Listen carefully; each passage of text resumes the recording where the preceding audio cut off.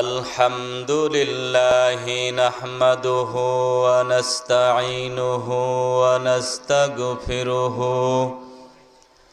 ونؤمن به ونتوكل عليه ونعوذ بالله من شرور أنفسنا ومن سيئات أعمالنا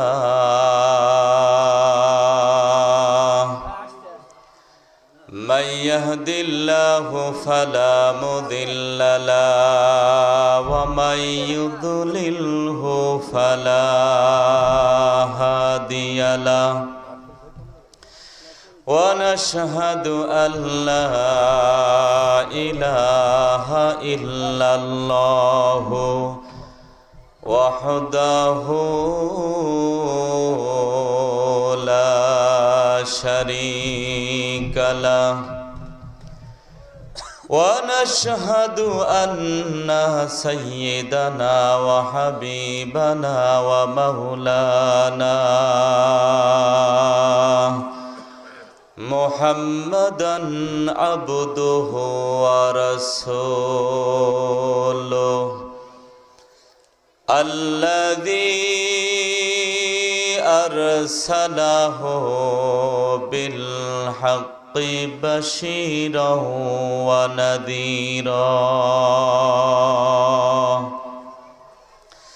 وداعيا إلى الله بإذنه وسراجا منيرا فقد قال الله تعالى في كلامه المجيد وفرقانه الحميد সকলে জবান ছেড়ে দিয়ে মোহাব্বত নিয়ে পড়ুন আউযু বিল্লাহি মিনাশ শাইতানির রাজিম বিসমিল্লাহির রহমানির রহিম ইন্নাল্লাযীনা ক্বালু রাব্বুনাল্লাহু সুম্মা ইসতাকামু تتنزل عليهم الملائكة ألا تخافوا ولا تحزنوا وأبشروا بالجنة التي كنتم توعدون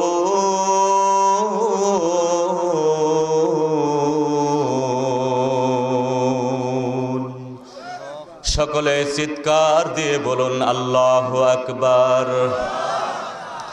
وقال تعالى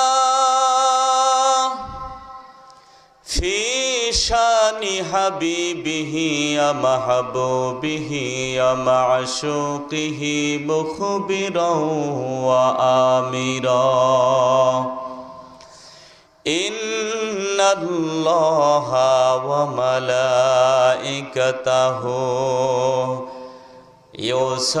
يصلون على النبي يا أيها الذين آمنوا صلوا عليه وسلموا تسليما اللهم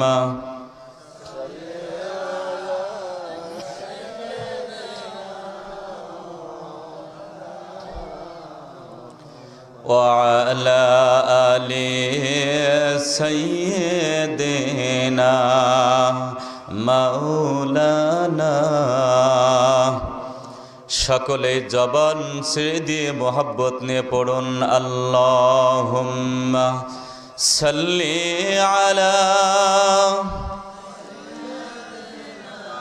মাওলানা মুহাম্মদ ওয়া আলা আলি সাইয়্যিদিনা মাওলানা। কবে জানি ডাক আসিবে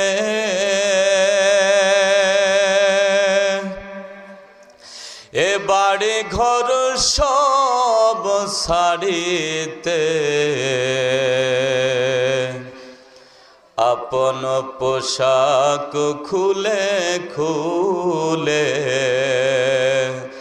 ওমন সাদা কাপড় পরিতে। আল্লাহুম্মা সাল্লি আলা সাইয়্যিদিনা মাওলানা মুহাম্মদ ওয়া আলা আলি সাইয়্যিদিনা।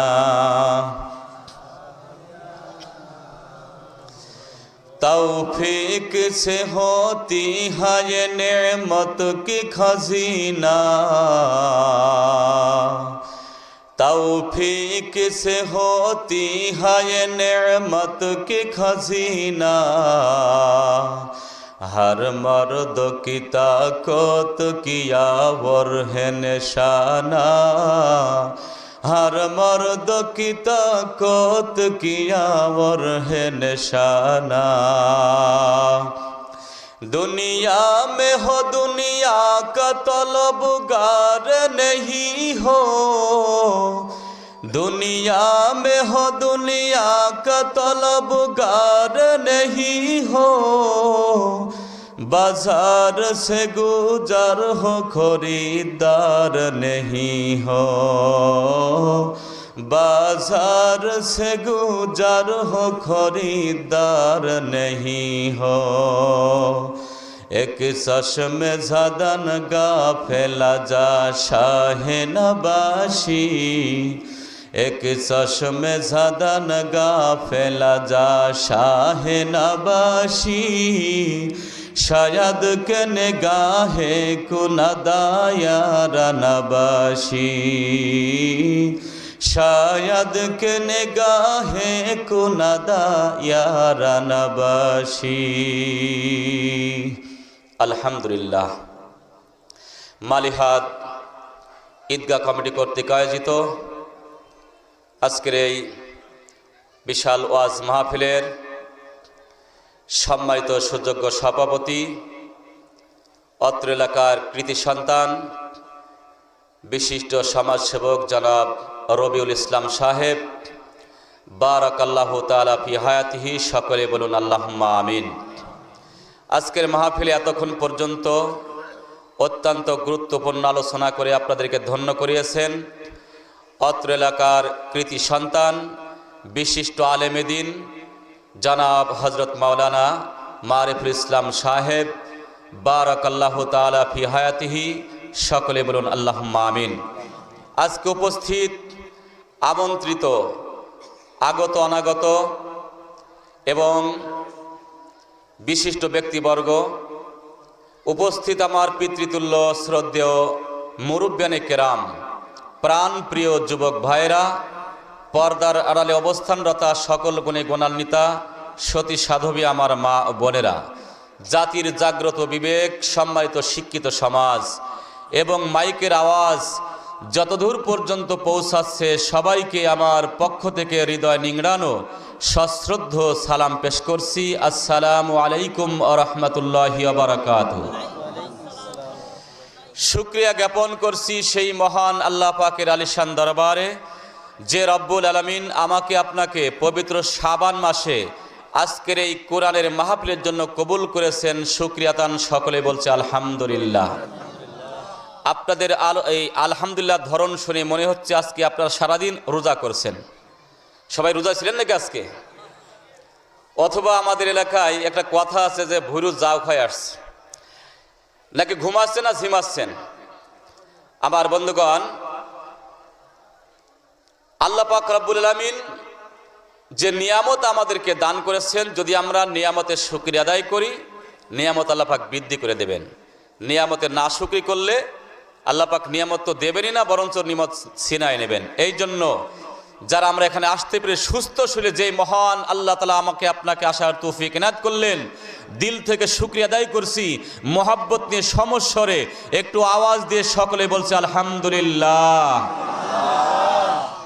সেই সাথে শতকোটি দরুদ ও তাসলিমা বর্ষিত হোক আমাদের প্রিয় নবী, প্রিয় রসুল, আমিনা মায়ের দোলালি, আশরাফুল আম্বিয়া, যিনি ছিলেন সর্বশ্রেষ্ঠ বিজ্ঞানী, যিনি ছিলেন সর্বশ্রেষ্ঠ সেনাপ্রধান, যিনি ছিলেন সর্বশ্রেষ্ঠ রাষ্ট্রপ্রধান, সেই মহান রসুলের প্রতি ভক্তি ভরা দরুদ পাঠ করছি, সকলে পড়ছি সাল্লাল্লাহু আলাইহি ওয়াসাল্লাম।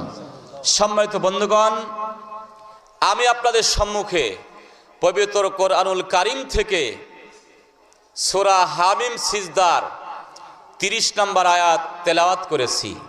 এই তেলাওয়াতকৃত আয়াতের আলোকেই কিছু আলোচনা করব। তবে সুবহানাকা লা ইলমা লানা ইল্লা মা আল্লামতানা ইন্নাকা আনতাল আলিমুল হাকিম। রব্বিশরাহলি সদরি ওয়ায়াসসিরলি আমরি ওয়াহলুল উকদাতাম মিন লিসানি ইয়াফকাহু কওলি। আল্লাহ তাআলার তৌফিক ছাড়া কিছুই হয় না, এই জন্য আল্লাহ তাআলার তৌফিক কামনা করি। আর আপনাদের সবার কাছে দোয়া করবেন যে আল্লাহ তাআলা আমার মুখ দিয়ে এমন কিছু আলোচনা বের করে দেন, যেই কথার প্রতি আমল করলে আমরা উভয় জাহানের সফলতা অর্জন করতে পারি। সেরকম হিম্মত তৌফিক মহান আল্লাহ আমাকে দান করুন। প্রাণ খুলে দোয়া করুন, সকলে বলুন আল্লাহুম্মা আমিন। সম্মানিত বন্ধুগণ, আমার আপনার নবীর প্রতি যেই কিতাব অবতীর্ণ হয়েছে, সেই কিতাবের নাম হচ্ছে আল কোরআন, যার ভিতরে বিন্দু মাত্র কোনো সন্দেহ নাই। আছে নাকি দোস্ত? আল্লাহ তাআলা বলতেছেন যালিকাল কিতাব লা রাইবা ফি, রাইব মানে সন্দেহ, ভুল তো দূরের কথা। আল্লাহ তাআলা বলেছেন এমন একটা কিতাব যার ভিতরে ভুলের কোনো সন্দেহ নাই। চিৎকার দিয়ে বলুন সুবহানাল্লাহ। সম্মানিত বন্ধুগণ, এই কিতাবটা আমার আপনার নবীর প্রতি কেন অবতীর্ণ হয়েছিল, কিসের জন্য নাজিল হয়েছিল? সম্মানিত বন্ধুগণ, আমার আপনার নবী 35 বছর থেকে নিয়ে 40 বছর পর্যন্ত হীরা গুহায় ধ্যান করেছেন কিভাবে সমাজে শান্তি আনা যায়, কিভাবে মানুষদেরকে একই সুতায় আবদ্ধ করা যায়। শত চেষ্টা করা সত্ত্বেও কোরআন না থাকার কারণে মানুষদেরকে একই সুতায় আবদ্ধ করতে পারেন নাই। সমাজ থেকে অন্যায়, অত্যাচার, দুর্নীতি, জুলুম দূর করতে পারেন নাই। যখন কোরআন তার প্রতি অবতীর্ণ হয়েছে, কোরআনের দাওয়াত দেওয়া শুরু করেছে, সমাজ থেকে অন্যায় অপকর্ম দূর হয়ে গোটা সমাজে শান্তি প্রতিষ্ঠা হয়েছে। জোরে বলুন সুবহানাল্লাহ। সম্মানিত বন্ধুগণ, সেই কোরআন, এই কোরআনকে যদি আপনি প্রশ্ন করেন কোরআন তোমার বাড়ি কোথায়, কোরআন স্পষ্ট বলে দিবে বাল হুয়া কুরআনুম মাজিদুম ফি লাউহিম মাহফুজ। আমার নাম হচ্ছে কোরআন। যদি জিজ্ঞাসা তোমার নাম কি এবং বাড়ি কোথায়, বলবে আমার নাম হচ্ছে কোরআন, আমার বাড়ি হচ্ছে লাউহে মাহফুজে। এরপরে যদি আপনি প্রশ্ন করেন যে হে কোরআন আসছো কোন সময়, মানুষের পরিচয় হয়ে যাওয়ার পর, নাম জিজ্ঞাসা করে পরিচয় হয়ে যাওয়ার পর তখন জিজ্ঞাসা ভাই কখন আসছেন। যদি আপনি কোরআন কেন আসছেন কখন, তখন আল্লাহর কোরআন স্পষ্টভাবে বলে দেয় ইন্না আনজালনাহু ফি লাইলাতুল কদর। আমি মহারজনী, একটা বরকতময় রজনীতে, পবিত্র মাহে রমজান মাসে বরকতময় রজনীতে রাতের বেলায় আমি আগমন করেছি। কোন মাসে? শাহরু রমাদান আল্লাযী উনজিলা ফীহিল কোরআন। পবিত্র মাহে রমজান মাসে আমি কোরআন এই দুনিয়াতে এসেছি। সম্মানিত বন্ধুগণ, এবার যদি প্রশ্ন করেন আল্লাহর কোরআন সেই লাউহে মাহফুজ থেকে এই দুনিয়ার মধ্যে এসেছো। লাউহে মাহফুজ, মাহফুজ মানে সংরক্ষিত, লাউহ মানে তখতি। তোমার বাড়ি এমন একটা জায়গায় ছিল যেখানে মারামারি নাই, কাটাকাটি নাই, রাজনৈতিক কোনো কোন্দল নাই, যেখানে জিনা ব্যভিচার নাই, সুদঘুষ নাই, যেখানে 4 বছরের তানিয়া থেকে 70 বছরের বিদ্যা ধর্ষিতা হয় না, যেখানে আমার বন্ধুগণ এরকমভাবে ধর্ষণ করে 100 ধর্ষণের সেঞ্চুরি করে মিষ্টি বিতরণ করা হয় না, যেখানে মারামারি নাই, বিশৃঙ্খলা নাই, জুলুম অত্যাচার নাই, এত সুন্দর জায়গা লাউহে মাহফুজ থেকে এ ধরার পৃষ্ঠে আসার তোমার কারণটা কি হে আল্লাহর কোরআন তোমার কাছ থেকে জানতে চাই। এই প্রশ্ন করার সাথে সাথে আল্লাহর কোরআন স্পষ্ট ভাষায় উত্তর দিয়ে দেয়, আলিফ লাম রা কিতাবুন আনজালনাহু ইলাইকা লিতুখরিজান নাসা মিনাজ-যুলুমাতি ইলান নূর। সকলেই চিৎকার দিয়ে বলুন আল্লাহু আকবার। আল্লাহর কোরআন ডাক দিয়ে বলতেছে লাউহে মাহফুজ থেকে এই পৃথিবীর জমিনে কিসের জন্য আসলাম? আল্লাহর কোরআন বলতেছে আমি দেখতে পাচ্ছি গোটা বিশ্বের মানুষেরা অন্ধকারে অমানুষের ভিতরে ডুবে রয়েছে, মানুষেরা নিজের খেয়াল ক্ষতি মতো চলতেছে। ওই মানুষদেরকে অন্ধকারের পথ থেকে বের করে আলোর পথে আনার জন্য আমার আল্লাহ আমাকে এই পৃথিবীতে আগমন দিয়েছেন। জোরে বলুন মারহাবা। আমার বন্ধুগণ, এখান থেকে এই কথাই প্রমাণ হয় আল কোরআনের পথই হচ্ছে আলোর পথ, আর বাকি সমস্ত পথই হচ্ছে অন্ধকারের পথ। জোরে বলেন কথা ঠিক না বে ঠিক? আমার বন্ধুগণ, হইচই করলে হবে না, একটু আগাতে হবে নাকি? একটু সামনের দিকে আগে আসেন দোস্ত, সবার কাছে আবদার, মেহেরবানি একটু আগে আসেন যাতে কোনো হইচই না হয়। একটু জিকির করেন লা ইলাহা, একটু আগে আগে জিকির করেন লা ইলাহা ইল্লাল্লাহ লা ইলাহা সুবহানাল্লাহ ওয়ালহামদুলিল্লাহ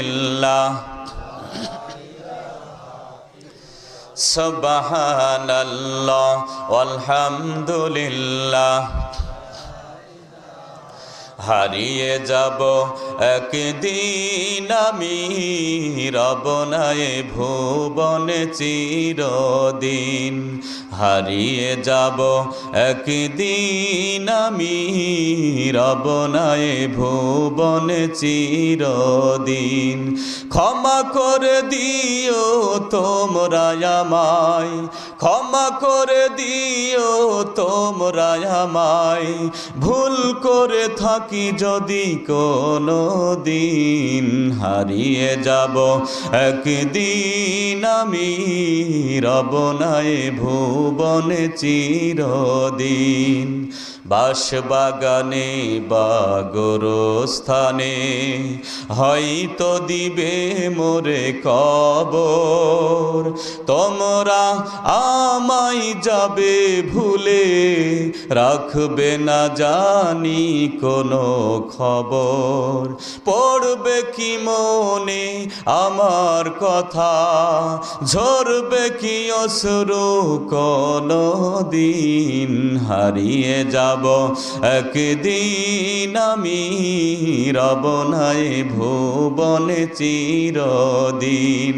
ক্ষমা করে দিও তোমরা আমায়, ক্ষমা করে দিও তোমরা আমায়, ভুল করে থাকি যদি কোনো দিন, হারিয়ে যাব একদিন আমি রব নাই ভুবনে চিরদিন।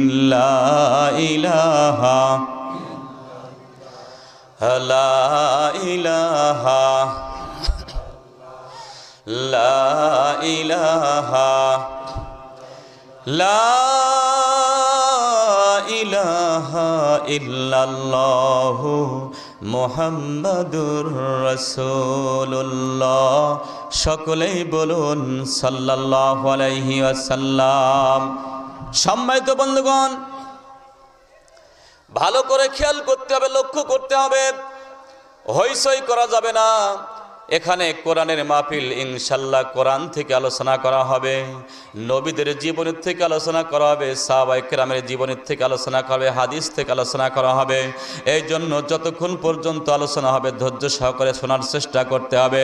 সম্মানিত বন্ধুগণ, এই কিতাব আপনার নবীর প্রতি অবতীর্ণ হয়েছিল, যেই কোরআন দিয়ে সমাজ প্রতিষ্ঠা করেছেন, কোরআন ছাড়া যখন সমাজে শান্তি আসতে পারে না দোস্ত, রাগ করে না যাই করেন, আমার নবীর চাইতে শ্রেষ্ঠ বিজ্ঞানী কেউ নাই, নবীর চাইতে শ্রেষ্ঠ জ্ঞানী কেউ নাই। আমার নবী যখন কোরআন ছাড়া সমাজে শান্তি আনতে পারেন নাই, কখনো এখনো কোনদিনকালেও সম্ভব নয় কোরআন ছাড়া শান্তি প্রতিষ্ঠা করা। জোরে জোরে বলুন কথা ঠিক কিনা? সম্মানিত বন্ধুগণ, এই কোরআন যখন আমার নবী প্রচার করা শুরু করেছেন, এই কোরআন কিন্তু শুনতে খুবই ভালো লাগে। কোরআন যখন তেলাওয়াত করা হয়, কাফের হোক, বেঈমান হোক, আর ইমানদার হোক আর মুসলিম হোক, যখন আল্লাহর কোরআন কেউ শ্রবণ করে, মনের ভিতর শুধু চাই শুনতেই থাকে, শুনতেই থাকে, শুনতেই থাকি। জোরে বলুন কথা ঠিক কিনা? আমার বন্ধুগণ, আমার রাসূল কোরআন প্রচার করতে লাগলেন। মক্কার এক শ্রেণীর লোকেরা, আবু জেহেল, উতবা, সাইবা, ওয়ালিদ ইবনে মুগিরা, এরা কিন্তু রাসূলের শত্রুতা পোষণ করতে লাগলো, বাজে বাজে কথা বলতে লাগলো। বলল মোহাম্মদ পাগল, সে তো মিথ্যা কথা বলে, বিভিন্ন কথা বলতে লাগলো। আমার বন্ধুগণ, চতুর্দিকে কিন্তু এই কথা ছড়াই গেল যে মোহাম্মদ হচ্ছে পাগল, একজন পাগল নবীর আবির্ভাব হয়েছে মক্কার জমিনে। জোরে বলুন নাউজুবিল্লাহ। এই সংবাদ শুনে জামাত নামে একজন জাদুকর মক্কার জমিনে প্রবেশ করেছে। আবু জেহেলকে বলতেছে, নিয়ে চলো আমাকে মুহাম্মাদের কাছে, শুনছি নাকি মাঝে মাঝে তার ঘাড়ে ভূত ধরে, আমাকে নিয়ে চলো মুহাম্মাদের কাছে। আমি এমন একটা জাদু জানি, ভূত হলে ভূত ছাড়াতে পারবো, মানসিক কোনো সমস্যা হলে সেটা আমি দূর করতে পারবো। আমার বন্ধুগণ, জামাতকে সাথে করে নিয়ে গেছে আমার নবীর কাছে। আমার নবী ওই সময় কোরআন থেকে তেলাওয়াত করেছিলেন। জামাত ডাক দিয়ে বলছে, এবার রাসূল জামাতকে দেখে কোরআন তেলাওয়াত বন্ধ করলেন। জামাত ডাক দিয়ে বলতেছে, মুহাম্মদ তোমার তেলাওয়াত বন্ধ করো না, তেলাওয়াত তুমি চালায়ে যাও, আমি তো কোরআন শোনার জন্য এখানে আগমন করেছি। আমার নবী বলছে, জামাত রে, বহু দূর থেকে ঢিল ছোড়া কথা শুনেছে, এখন স্পষ্ট আকারে আমি বলতেছি, তুমি শুনতে থাকো, বসে এখানে। আমার রাসূল আবার কোরআন থেকে তেলাওয়াত করা শুরু করলেন। এক আধ ঘন্টা যখন আল্লাহর কোরআন থেকে তেলাওয়াত করা যখন শেষ করে ফেললেন, তেলাওয়াত যখন হয়ে গেল, দেখা গেল কোরআনের বাড়ি, ওই কোরআনের আওয়াজ জামাতের অন্তরে লাগতে লাগতে চোখ দিয়ে দর করে পানি পড়া শুরু হয়ে গেছে।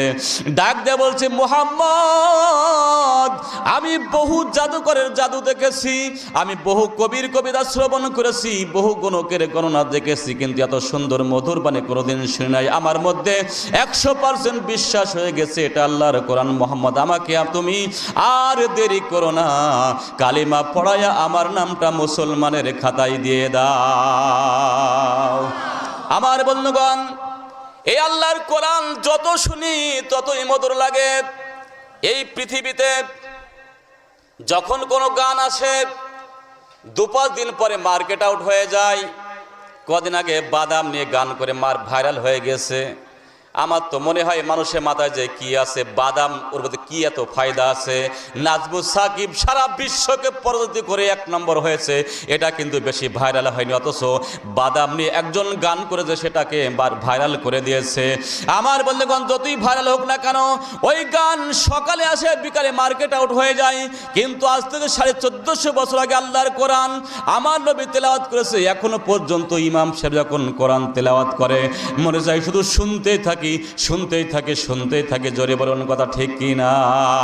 যখন ইমাম সাহেব পড়ে, আর রহমানু আল্লামাল কুরআনা খালাকাল ইনসানা আল্লামাহুল বায়ান আশ-শামসু ওয়াল কমারু বিহুসবানিন ওয়ান নাজমু ওয়াশ-শাজারু ইয়াসজুদান ওয়াস-সামাআ রাফা'আহা ওয়া ওয়াদা'আল মিজান আল্লা তাতগাউ ফিল মিজান ওয়া আকিমুল ওয়াজনা বিল কিসতি ওয়া লা তুখসিরুল মিজান ওয়াল الأرض وضعها للأنام فيها فاكهة والنخل ذات الأكمام